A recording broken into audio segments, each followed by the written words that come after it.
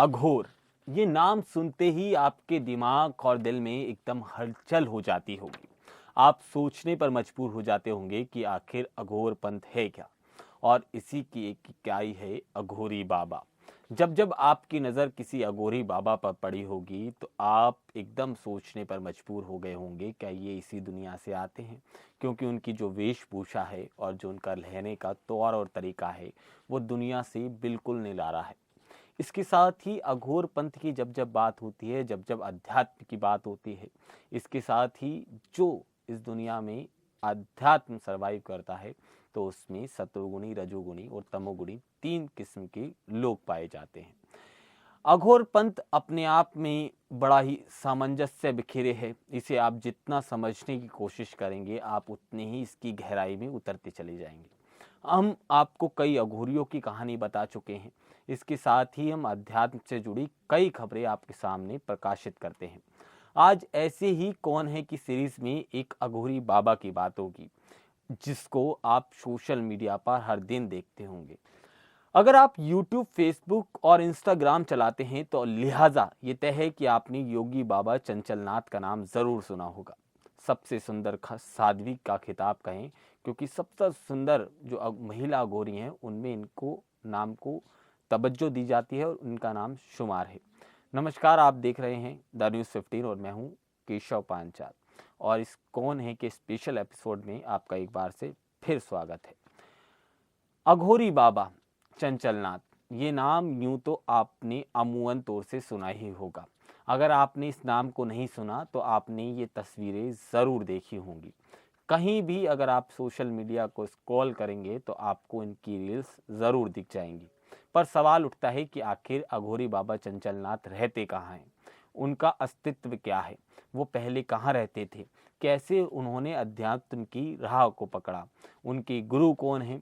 ये तमाम सवाल हैं जिनके जवाब आज हर कोई जानना चाहता है।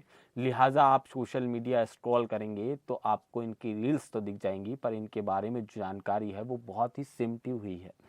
तो आज हम इन्हीं के बारे में आपको कुछ रोमांचक तथ्य बताएंगे। सबसे पहले, जब ये सोशल मीडिया पर वायरल होना शुरू हुए तो वो वीडियो थी जब अघोरी बाबा चंचलनाथ एक ज़मीन पर बैठे हैं आसन लगाकर, और एक नींबू को वो हवा में उठा रहे हैं। ये अघोर पंथ की एक क्रिया है जिसे कई अघोरी लोग करते हैं। तामसिक क्रियाओं में आती है। कोई कहता है सतोगुणी है, कोई कहता है रजोगुणी है, कोई कहता है तमोगुणी है। पर बहुत से ऐसे लोग हैं जो इस क्रिया को बड़ी आसानी के साथ आज भी कर लेते हैं। ऐसे सोशल मीडिया पर आपको ढेर सारे वीडियो मिल जाएंगे। इसके साथ ही दूसरा वीडियो इनका चलने फिरने का, और तीसरा वीडियो जो वायरल होता है वो है जब एक शिष्य ने इन्हें नई गाड़ी गिफ्ट की। वो वीडियो सोशल मीडिया पर आग की तरह फैल गया था। खैर, असल में अघोरी बाबा चंचलनाथ रहते कहाँ हैं, पहले ये जानते हैं। उसके बाद जानेंगे कि आखिर इनका जन्म कहाँ हुआ और कैसे इन्होंने अध्यात्म की राह पकड़ी। क्योंकि सबसे अहम सवाल इस समय ये है कि अगर आप अघोरी बाबा चंचलनाथ से मिलना चाहते हैं तो आपको कहाँ जाना पड़ेगा। तो अघोरी बाबा चंचलनाथ का जो आश्रम है वो हरियाणा में एक जगह पड़ती है, जिला करनाल। उसमें एक विधानसभा है घरोंडा की। वहीं पर एक छोटा सा गांव है, उसमें अघोरी बाबा चंचलनाथ का आश्रम है। और वो रायपुर जगह पड़ती है जहाँ पे उनका आश्रम है, उसमें एक छोटा सा गांव है। और बताते हैं वहाँ एक काली माता का मंदिर है। लिहाजा वो मंदिर अभी कुछ समय पहले ही बना है, और उसके जो मुख्य पुजारी हैं वो खुद अघोरी बाबा चंचलनाथ जी हैं। और चंचलनाथ जी का जीवन की अगर बात करें तो वो बड़ा संघर्षों से भरा रहा है। क्योंकि अघोरी बाबा चंचलनाथ का जो परिवार आता है वो बड़ा ही आध्यात्मिक था। इनके जो माता पिता थे बंगाल में रहते थे। उनकी जो बेटी थी वो थी अघोरी बाबा चंचलनाथ के नाम से, जिन्हें हम आज जानते हैं। तो इनके घर में शुरुआत से ही अध्यात्म का बोलबाला था। सभी लोग आध्यात्मिक थे और ये अपने कुल गुरु को बड़ी ज़बरदस्त तरह से पूजते थे। लिहाजा आप भी अपने कुल गुरु को मानते होंगे। मगर पहले की ऐसी प्रथाएं थी कि कुल गुरु को हम कुछ ना कुछ दान दिया करते थे। इसके साथ ही कुल गुरु जो हमसे मांग ले वो देना, हमें खुशी खुशी उनको वो समर्पित करना पड़ता था। ऐसे ही बताते हैं कि कुल देवता ने जो इनकी बेटी थी अघोरी चंचलनाथ के नाम से जिन्हें हम जान रहे हैं और जिनकी चर्चा कर रहे हैं, उन्हें इनके परिवार ने अपने कुलगुरु को सुपुर्द कर दिया था और उन्हें सौंप दिया था। उसके बाद इन्होंने जो क्योंकि शुरुआत से बंगाल में रही, तो वो उम्र महज 6 से 7 वर्ष की बताते हैं। वो खुद एक इंटरव्यू में अघोरी बाबा चंचलनाथ ने कहा कि उस वक्त उनकी जो उम्र थी वो 6 से 7 बरस की रही होगी, जब उन्होंने पूरी तरह से अपने परिवार को त्याग दिया। इसके बाद जो उनके कुल गुरु थे वो उन्हें अपने आश्रम ले गए और वहाँ पे उनकी अध्यात्म की पढ़ाई शुरू होती है और लगातार वो अध्यात्म की रुचि पकड़ने लगती हैं और अध्यात्म की राह पर चलने लगती हैं। इसके साथ ही उनमें जो उत्सुकता आती है अध्यात्म को लेके और वो अघोर मार्ग को चुनती हैं। और इसके साथ ही जब वो धीरे धीरे अध्यात्म में आगे बढ़ रही थी और अपने साधना मार्ग में मजबूत हो रही थी, तो वो कई क्रिया उस समय सीखती हैं। लिहाजा एक लंबा अरसा होता है और वो कम से कम 12 से 13 साल की उम्र तक बंगाल में ही रहकर अपने कुल गुरु से चीज़ें सीखती हैं और उनके सानिध्य में भी अपनी साधना करती हैं। उसके बाद वक्त बदलता है और वो पूरे देश में दौरे करती हैं और अलग अलग संप्रदाय को जानती हैं। इसके साथ ही अलग अलग साधु संतों के सानिध्य में बैठ के अपनी साधना को और ज़्यादा परिपक्व करती हैं। और ऐसे ही घूमते हुए वो पहुंचती हैं हरियाणा के करनाल में, और घरौंदा वो जगह है जहां आज भी वो रहती हैं, उसे चुनती हैं। वहां उनका मन लग जाता है। जब उनसे पूछा जाता है कि आपने हरियाणा के करनाल जिले को ही क्यों चुना, तो वो बड़ी शालीनता से बताती हैं कि हरियाणा के जो लोग हैं और उनका जो रुझान है साधु संतों के प्रति वो अनमोल है। वो आज भी उस तरह से साधु संतों का सम्मान करते हैं जिस तरह से सतयुग में किया जाता था, और आज भी उनके अंदर जो आस्था का भाव है वो बड़ा ही अटूट है। तो उनका मन यहाँ पर आके लग जाता है। लिहाजा वो दूसरे शब्दों में ये भी कहती हैं, इससे अलग जो शब्द उनके हैं, और जब वो बोलती हैं इससे आगे इंटरव्यू में, तो वो साफ तौर से ये कहती दिखती हैं कि असली साधु संत का मतलब यही है कि अपने मन पे काबू करना और अपनी इंद्रियों को मारना। तो मगर जब अघोरी बाबा चंचलनाथ हरियाणा के करनाल में आके बस जाती हैं और एक छोटी सी जगह पर रहना शुरू कर देती हैं। कहते हैं जब बचपन से लेकर अब तक की बात करें तो माँ काली की असीम कृपा इनके ऊपर रही है, और ये बड़ी ज़बरदस्त भक्त कही जाती हैं और माँ काली के लिए कई साधनाएं करती हैं उन्हें प्रसन्न करने के लिए, और माँ काली साक्षात इन्हें आकर दर्शन देती है, ऐसा भी कुछ लोगों का दावा है। अब क्योंकि आश्रम के जुड़े कई चमत्कार, कई किस्से हमारे सामने हैं और कई लोगों ने अपनी वीडियोस में बताया है, कई लेखों में उनका उल्लेख मिलता है कि जब इस आश्रम को बनाया गया तो उस समय कई चमत्कार उन्होंने देखे। हाँ, हम इन चमत्कारों की पुष्टि तो नहीं करते, मगर हम लोगों के बिहाफ पे आपको वो सारी चीज़ें बता रहे हैं। ऐसे ही एक किस्सा है आश्रम से जुड़ा। जब आप पता चला कि आश्रम बनना है तो वहाँ पर एक मूर्ति का निर्माण होना था, और एक मूर्ति जब बनी तो उसका जो काम दिया गया वो राजस्थान के कारीगरों को दिया गया। तो बताते हैं उस समय जो कारीगरों को चुनाव किया गया और जिन कारीगरों को उस मूर्ति को बनाना था, उन्हें रोज आश्रम के सपने जहन में आते थे और रोज रात को वो आश्रम का सपना देखा करते थे। जब कारीगरों से पूछा गया तो उन्होंने बताया कभी जीवन में उन्होंने आश्रम नहीं देखा, मगर हर रोज आश्रम के चित्र जब वो सोते थे उनकी आंखों के सामने होते थे। इसके साथ ही एक और बड़ा दिलचस्प किस्सा है कि जब वो मूर्ति आश्रम में आ जाती है तो करीब 30 से 40 लोग उस मूर्ति को उठाने के लिए जाते हैं, मगर वो 30 से 40 लोगों से भी मूर्ति हिलती तक नहीं है, इतनी भारी वो मूर्ति भी नहीं थी। मगर ये बड़ा दिलचस्प किस्सा है कि वो लगातार कोशिश करते हैं मगर वो मूर्ति को हिला तक नहीं पाते।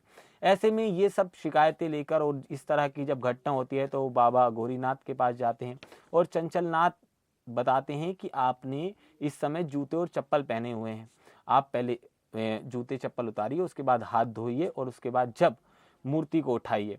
और होता भी ऐसा ही है। उसके बाद मात्र 4 से 5 लोग उस मूर्ति को आसानी के साथ उठा लेते हैं। तो एक ये भी बड़ा रोचक तथ्य है जो हमारे सामने है और जो लोग बताते हैं। इसके साथ ही एक और ज़बरदस्त किस्सा है जिस पर मतलब कई लोग यकीन करते हैं और कई इसको झूठा साबित करते हैं, सबके अपने अपने तर्क हैं। वो किस्सा है कि जब इस मूर्ति का प्राण प्रतिष्ठान हुआ और प्राण प्रतिष्ठान के बाद क्योंकि हम किसी भी मूर्ति को स्थापित करते हैं तो लिहाजा वो सनातन की एक परंपरा है, जब उस मूर्ति में हम प्राण डालते हैं और फिर उसके बाद उसकी पूजा की जाती है।